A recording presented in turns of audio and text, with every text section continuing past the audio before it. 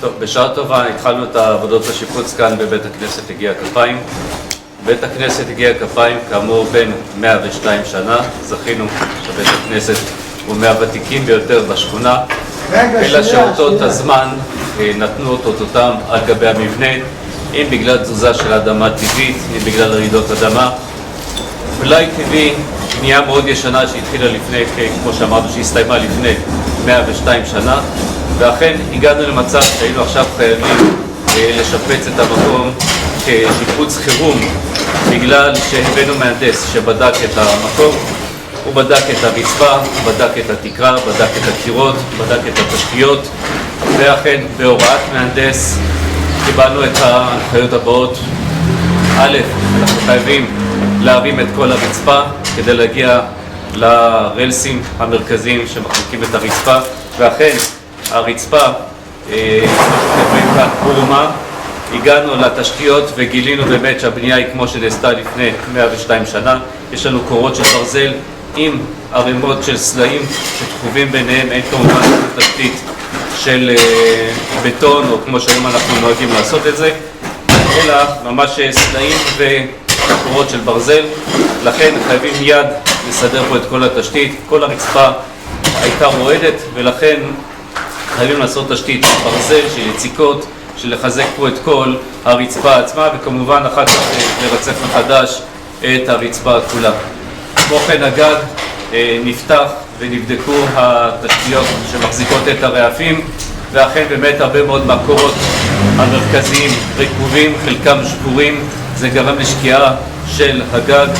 זה מאלץ אותנו להחליף את הגג כולו, וגם כן בעזרת השם לסדר גם כן כל הניקוז של הגג שצריכה לעבור מחדש בנייה.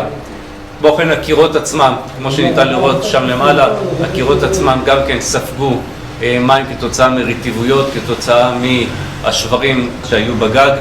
ועוד כמובן כל פגעי הזמן אנחנו נאלצים גם כן עכשיו לחזק מחדש את כל הקירות, לקלף את כל הטיח שהתקלף, לקלף את כל המקומות שבהם ניזוקו הקירות, ולחזק ולצפות מחדש את הקירות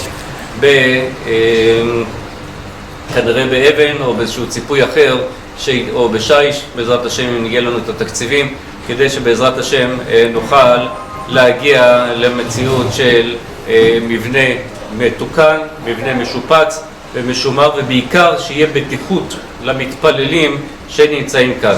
מעבר לאולם המרכזי, שכאן זה הבעיות המרכזיות שעליהן דיברנו, יש לנו את עזרת נשים ואת השירותים, הנוחיות של בית הכנסת.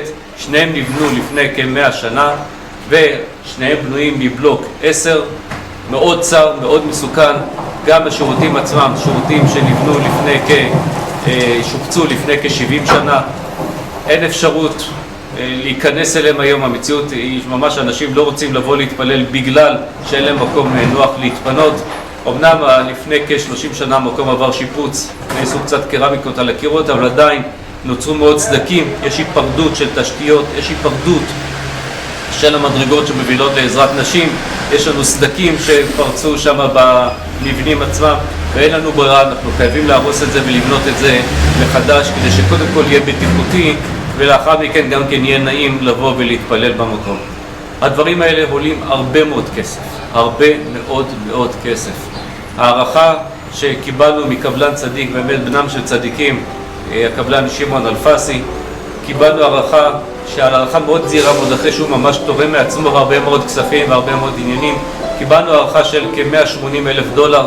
נכון להיום יש לנו רק 10% מהסכום, אבל בגלל שהמצב הוא כל כך חירום נאלצנו מיד לבוא ולהרים את הרצפה מבלי לחכות ומבלי להמתין להשגת הכספים. נכון יש לנו רק 10%, אבל בעזרת השם אם תעזרו ותרתמו ותסייעו, כי המקום עכשיו הוא מושבת, זה בעצם תלוי בכם, המקום מושבת, אין לנו ברירה, היינו חייבים להשבית אותו כדי לשמור על בטיחות המתפללים.